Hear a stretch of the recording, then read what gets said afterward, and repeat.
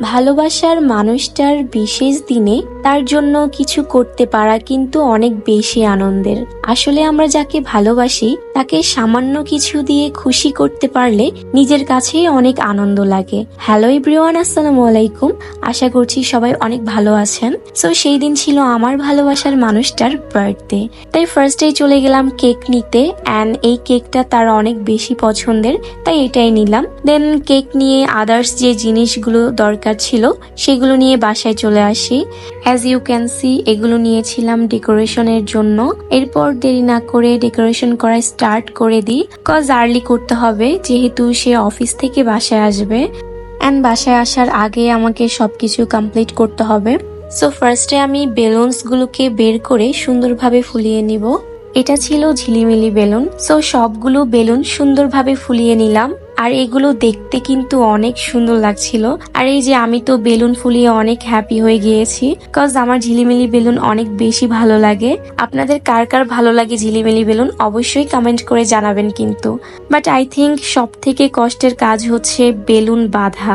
এই যে আমি তো পারছিলাম না, অনেক ট্রাই করলাম অনেকভাবে, বাট ফাইনালি অনেক কষ্ট করে দাঁত দিয়ে সাকসেস হয়েছি।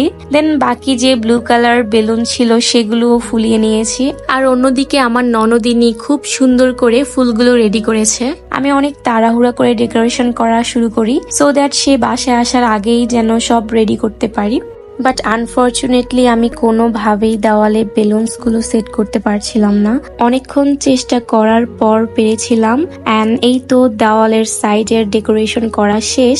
এখন আমি নিচে ডেকোরেশন করব। আসলে আমার অনেক দিনের ইচ্ছে ছিল তার বিশেষ দিনে তাকে এভাবে সারপ্রাইজ দিব, বাট বিভিন্ন ব্যস্ততার কারণে আগে হয়ে ওঠেনি।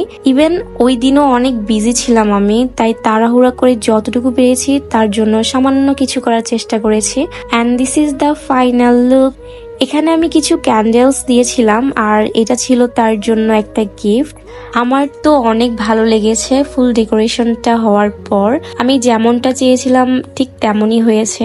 এই তো ফাইনালি সে বাসায় আসে আর রুমে ঢুকার সাথে সাথে আমি তাকে পার্টি স্প্রে মারছিলাম। আর সে তো সবকিছু দেখে ফুললি সারপ্রাইজড হয়ে গিয়েছিল, কজ সে এক্সপেক্ট করেনি যে আমি এত কিছু অ্যারেঞ্জ করব।